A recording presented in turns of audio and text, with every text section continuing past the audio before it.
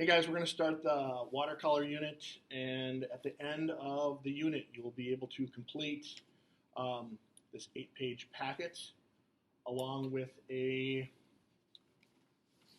practice drawing of a flower that you choose. I will have a bunch of different options for you to pick from, and a final on watercolor paper.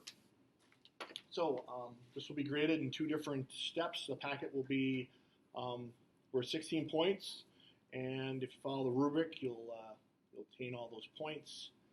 Just completing the packet after watching the demo, using the techniques that we talked about during the demo. We are using watercolor, so we want the colors to be transparent, and then you'll be able to create space and form by using value changes, color, and line, and then of course the 4th one, which we should all get full credit for, which you use your time wisely. Okay, I'm going to try to hit on the high points here. You can stop the video as you need to, and you should have some water, a brush, piece of scrap paper that you can test your color with, and I like to use a towel and wipe my brush off with, so I'm not putting it all over my hands. You're going to use 2 different packets on this one. I wanted all the pages printed just on one side, and this ended up being front to back, so I don't want you using the back side. The more water you get on this copy paper, the paper tends to fall apart. So our first one's going to be a color wash. We want to go from a super light to a dark. We can do this a couple different ways. We can start with a dark color and pull the color back, or we can do several coats of a very light layer of a color. I'm going to use red because I'm going to use red and green down here. So I'm going to load up my brush. I want to make sure there's plenty of water, and I want to start with a fairly light coat, but I'm going to go on my second one just to make sure I can water the next one down a little bit. So I'll go to the lighter, and you can definitely see a value difference there.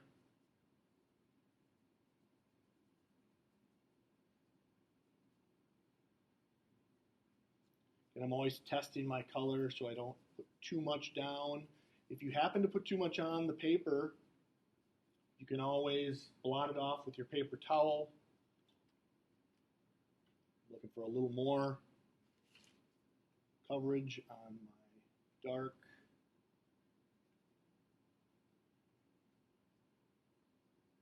And then my last one, fully loaded. This one I might have to go over more than once.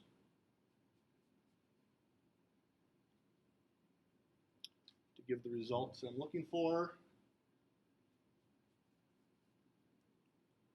So all transparent and a smooth value change across the paper. Moving down, intensity change. Using green, gradually change to red. Create intensity change, green to red.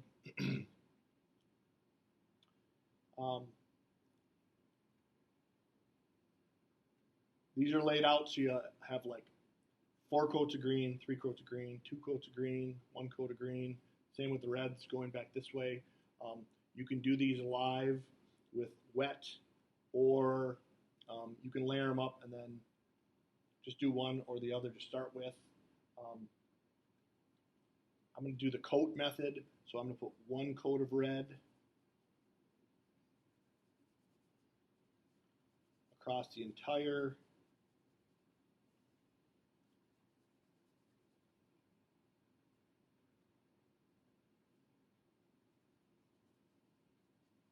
my entire 4 that are going to have red in them. Okay, just looking at this, I can tell that that's darker than this one, so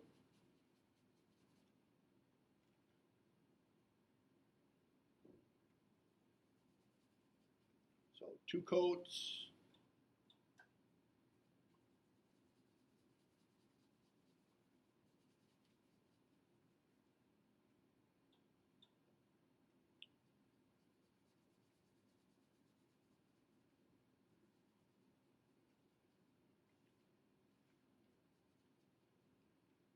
So either you pull your color back and forth, or you want to look like 1 coat, 2 coats, 3 coats, 4 coats. And I'm going to clean up my brush, come back and grab some green.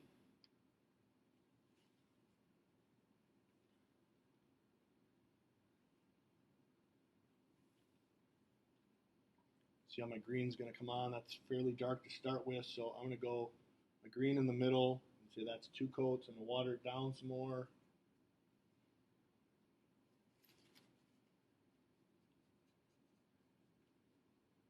One green. You keep cleaning your brush because you're going to mix with red as you go here.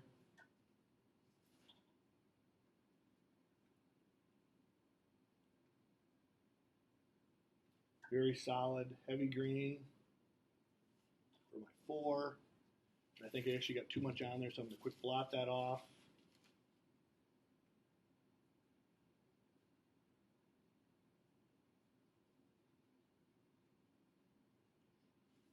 So again, it's kind of like the exercise above, where you're doing the value change, and now you're doing it across, and you're seeing what it will do to each other. So the center one, it's kind of a, you can't really tell if it's green or red. You can definitely tell they're mixed. The two opposite of that, you can definitely tell it's red with some green in it, and you can definitely see that there's some red with the green on this side, just green, just red. Okay. Moving on to page 2. Okay, this one is just simply we're gonna talk about warm colors and cold colors, cool colors. So the warm colors contain greater amounts of reds and yellows, and the cool contain contain more blue in them. They're calmer and relaxing colors. This isn't something that you can see real good. You might want to refer to a color wheel on your device, but you're just going to paint the primaries,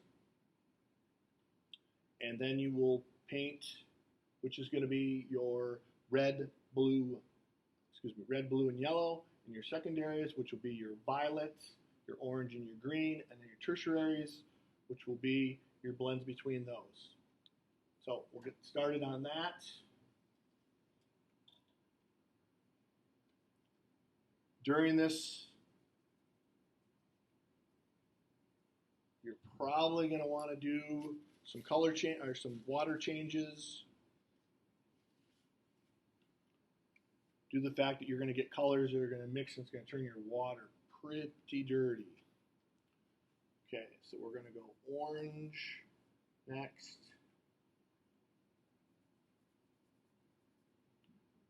And I'm going to lay a little orange on the red orange. I'm going to mix it right in that little pool.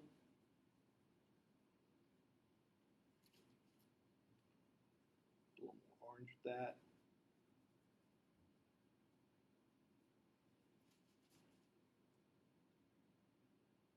So I'm just going to work myself around.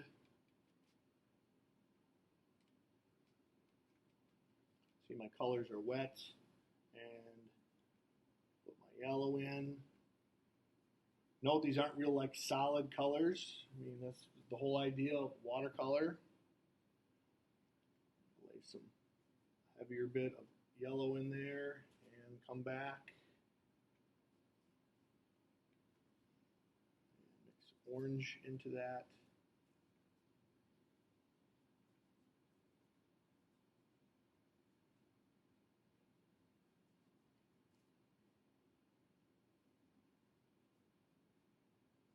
Get that yellow orange we're looking for.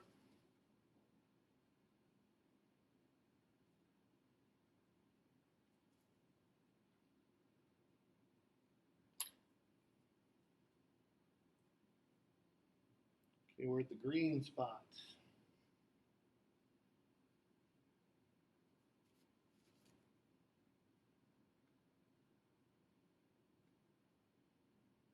Working ourselves around.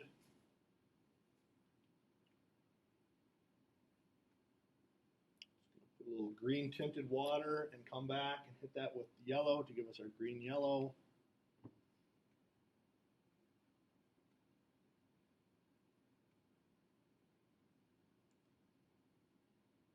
This is a point where you start seeing your water getting kind of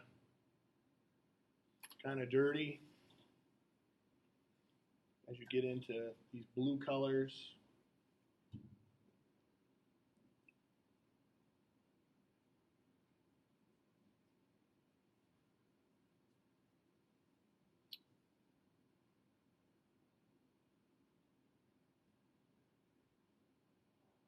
I got my blue in.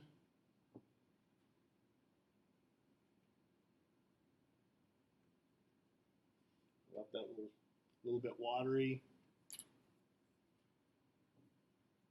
Get in there and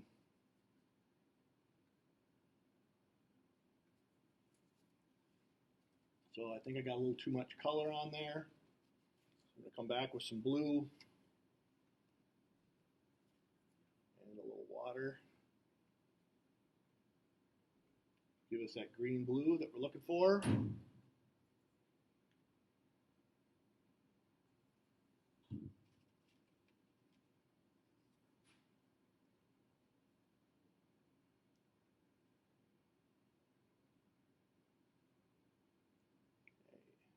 Violet. Depending on how fast you can go with this. Again, I'm going to try to mix right there.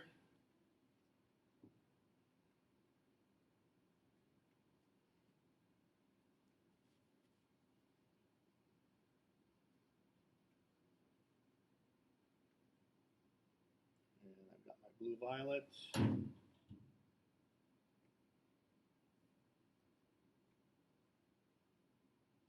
Again, a little pile of violet and red. Move that around.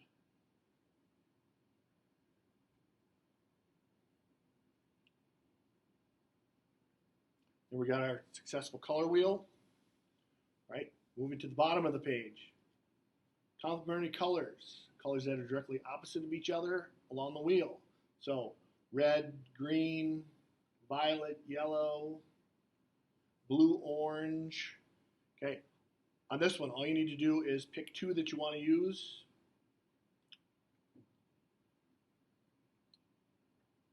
Since my brush has already got some red in it, I'm just going to stick with the red.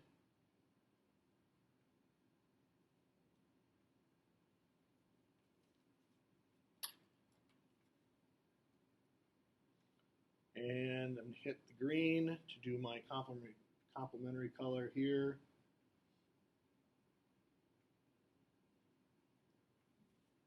There you go. It could be any of those as long as they are across from each other on the wheel. So that's what we accomplished on day one, and we'll continue in the next video we did on day 2 and 3.